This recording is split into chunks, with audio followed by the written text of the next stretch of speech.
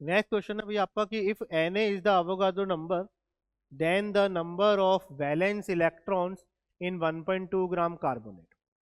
1.2 gram carbonate में number of valence electrons कितने होंगे ये हमें बताना है। मैं अगेन कहानी को मोल से भी चला सकता हूँ यानी फॉर्मूले से भी चला सकता हूँ, और आपका नॉर्मल यूनिटरी मेथड से भी कर सकते हैं। चलो इस बार यूनिटरी मेथड से करके देखते हैं। मोल वाला मतलब बेसिक आप फॉर्मूले से तो आप समझ में आ ही रहा है आपको, ठीक है। आप बच्चे को भी वैसे बता ही देंगे इजीली। यूनिटरी मेथड से भी आप उसको सिखाइए तो कैसे आप उसको अप्रोच करवा सकते हैं कि भाई आप सबसे पहले 1 मोल कार्बोनेट को लेके कहानी लिखिए कि 1 मोल कार्बोनेट में, अब क्योंकि ये आपका आयन है तो इसके 1 मोल में कितने नंबर ऑफ आयन्स होंगे, Na आयन्स होंगे, ठीक है।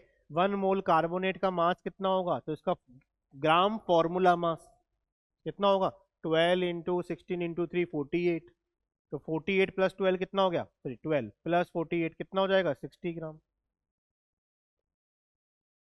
ठीक। अभी कह रहा नंबर ऑफ वैलेंस इलेक्ट्रॉन के बारे में बात करना चाहता हूँ। वैलेंस इलेक्ट्रॉन यानी आउटर मोस्ट शेल के इलेक्ट्रॉन की हम बात करना चाह रहे हैं।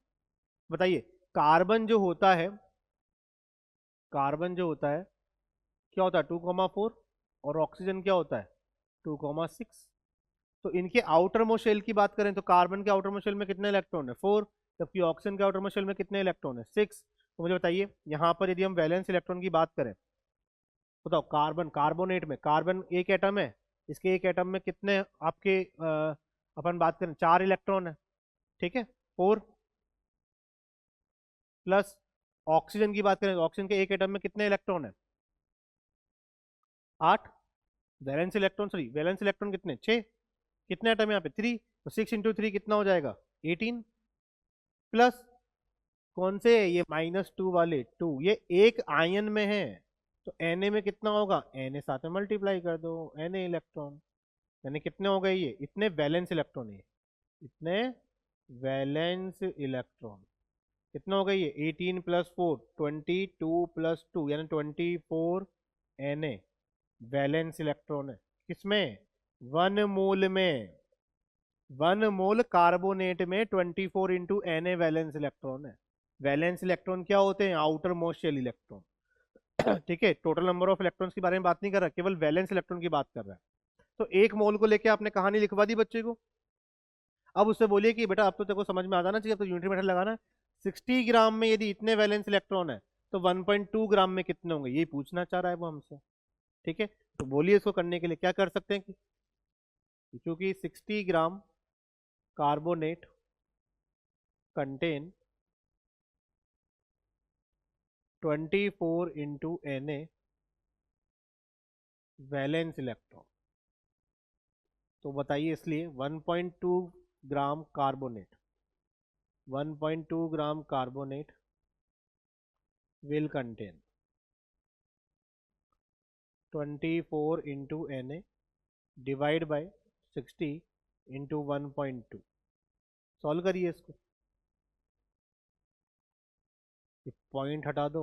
यदि अपन इसको सॉल्व, जैसे सॉल्व तो आप लोग कर ही लोगे, 1.2 है, पॉइंट हटाओगे नीचे 10 आएगा, इसको कर दो ऊपर, कितना हो गया 2 कैंसिल होगा, 24 इंटू 2 कितना हो जाएगा 48, तो 0.48 आ रहा है, 0.48 एन, ठीक है, 0.48 N A valence electron.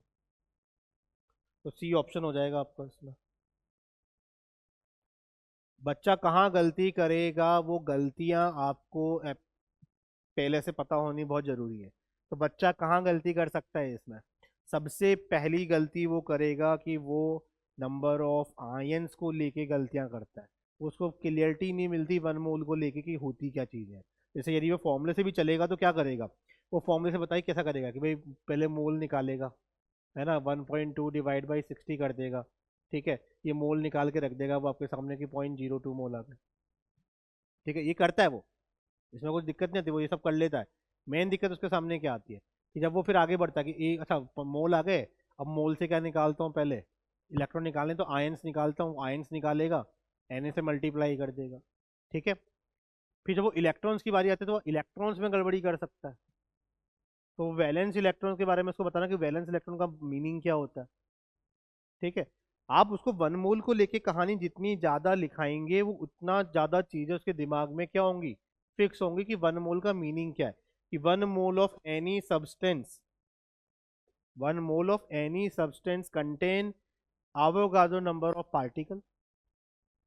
1 mole of any substance has gram atomic mass या gram molecular mass या gram formula mass depending on the element, molecule on ion.